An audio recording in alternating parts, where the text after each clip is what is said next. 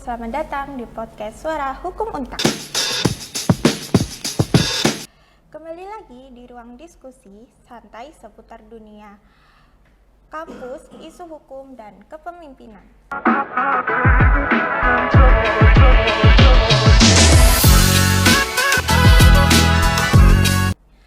Baik Sobat Hukum, hari ini kita akan membahas topik yang sekiranya bermanfaat bagi kehidupan kampus, yaitu bertemakan lembaga legislatif di ranah kampus. Nah, Sobat Hukum, sebelum kita masuk ke topik utama podcast hari ini, aku mau spill nih kegiatan keren yang lagi berjalan di kampus kita. Yaps, namanya LKMM. Atau bisa juga kalian sebut latihan keterampilan manajemen mahasiswa. Kegiatan ini wajib banget buat kalian yang mau dapat ilmu, pengetahuan, keterampilan, dan sikap manajemen mahasiswa. Kalian dapat juga sertifikat dan poin yang penting banget nih Sobat Hukum. Jadi jangan sampai ketinggalan ya Sobat Hukum, cek informasinya lengkapnya di Instagram BEM-FH. Nah Sobat Hukum, langsung aja nih kita masuk di topik pembahasan podcast kita ya. Bersama itu kita udah kedatangan narasumber yang luar biasa nih, Ketua dari DPM Fakultas Hukum. Dengan hormat kami persilakan.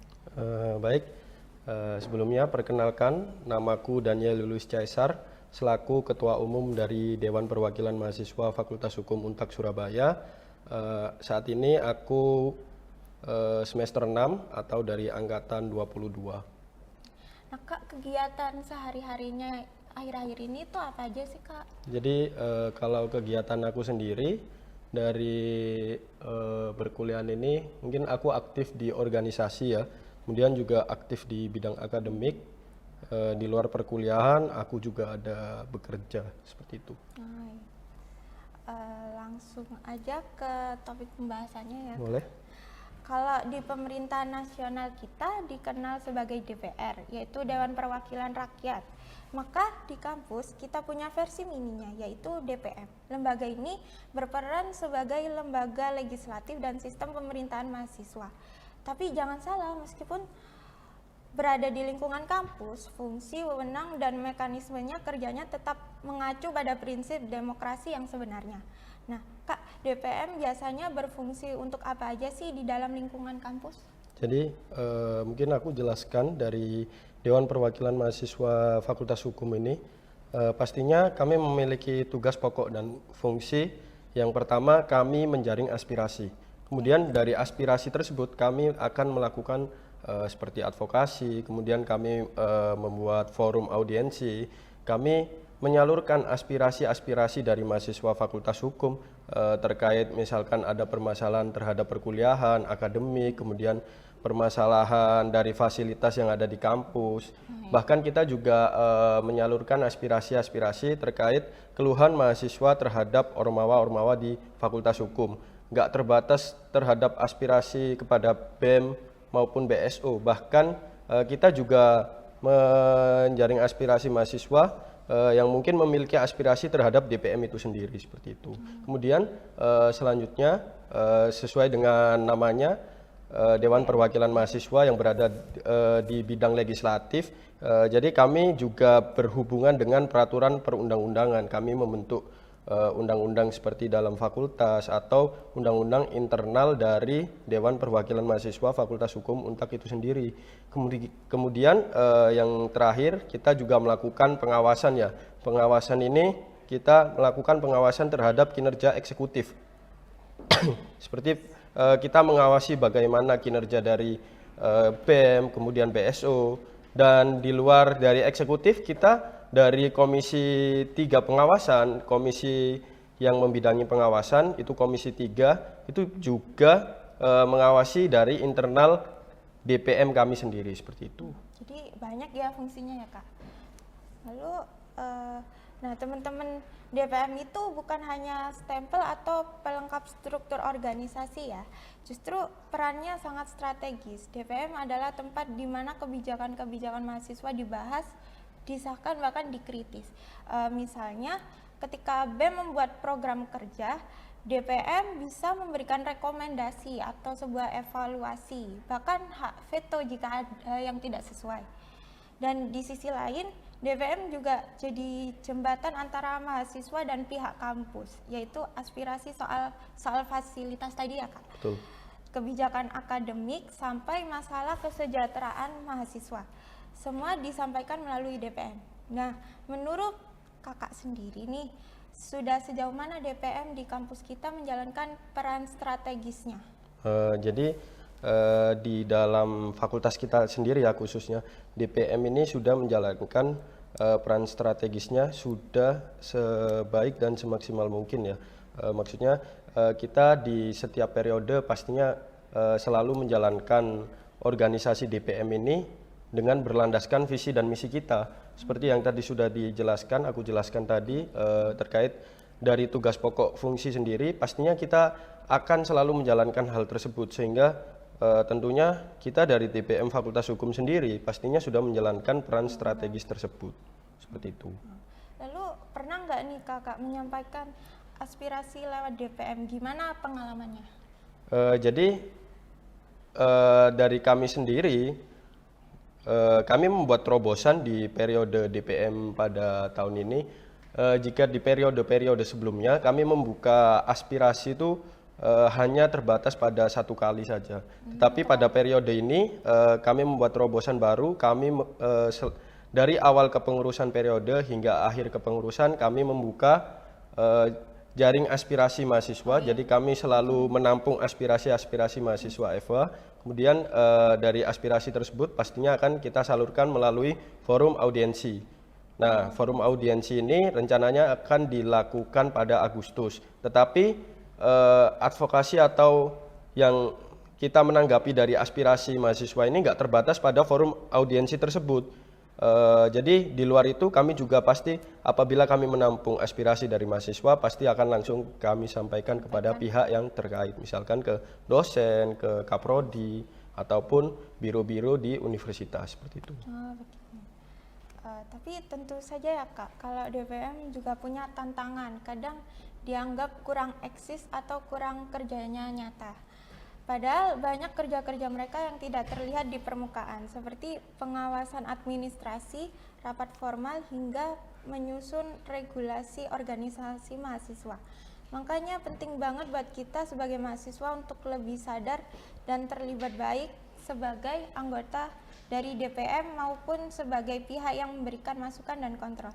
Lalu kenapa menurut Kakak peran DPM yang seringkali tidak terlihat atau dianggap kurang eksis? Jadi kalau menurut saya sendiri, kenapa mungkin dinilai DPM ini kurang eksis ya?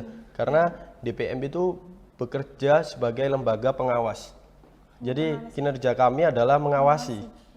Jadi di belakang layar atau di belakang program kerja yang dilakukan eksekutif atau DPM itu sendiri, kami itu mengawasi. Seperti misalkan apabila dari BEM mau mengajukan program kerja itu kan pasti mengajukan proposal. Iya. Nah, kita sebelum proposal itu diberikan kepada pihak terkait, kita itu mengawasi proposal tersebut. Kita melakukan pengecekan terhadap proposal tersebut.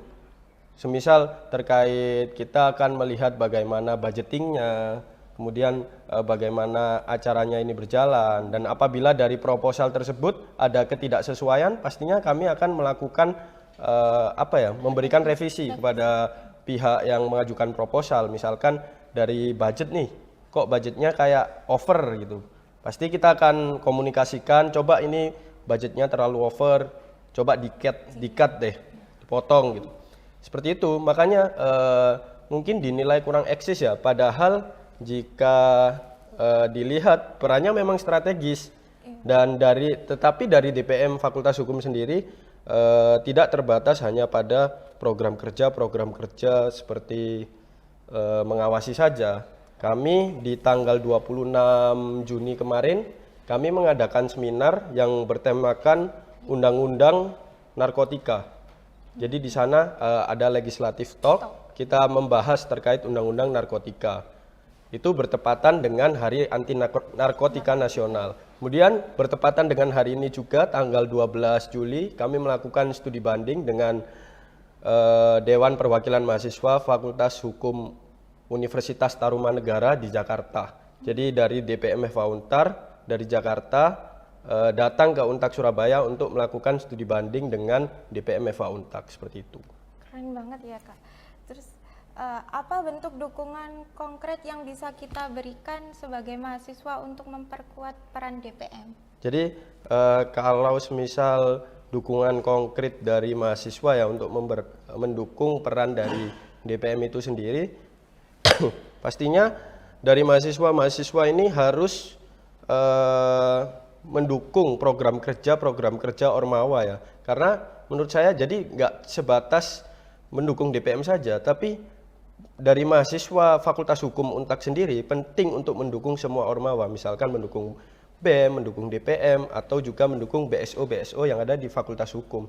Jadi peran mahasiswa itu menurutku sangat strategis ya, karena dengan antusiasme mereka, dengan mereka mengikuti apa program kerja kita, pastinya dengan begitu akan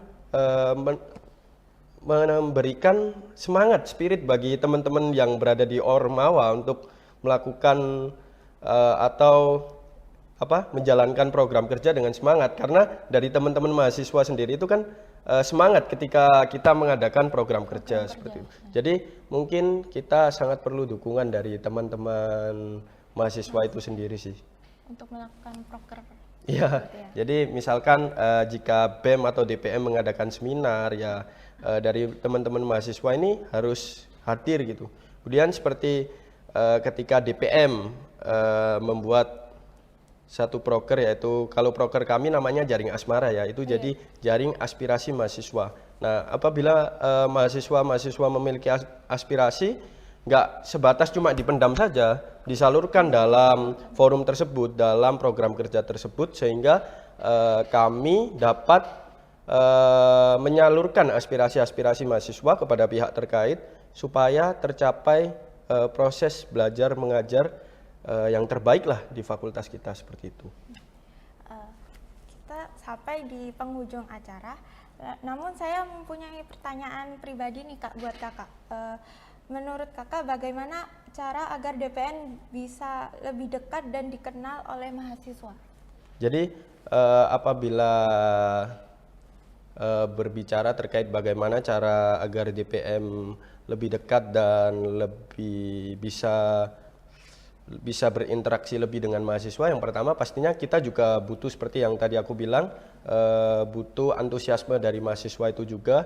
Mahasiswa bisa mengikuti apa program kerja yang kami lakukan, antusiasme untuk mendukung, kemudian bisa mengikuti media sosial kami, karena di media sosial kami pastinya kami akan memposting seluruh kegiatan kami, kemudian apa hasil output dari program kerja kami pastinya akan kami salurkan di media sosial kami seperti itu.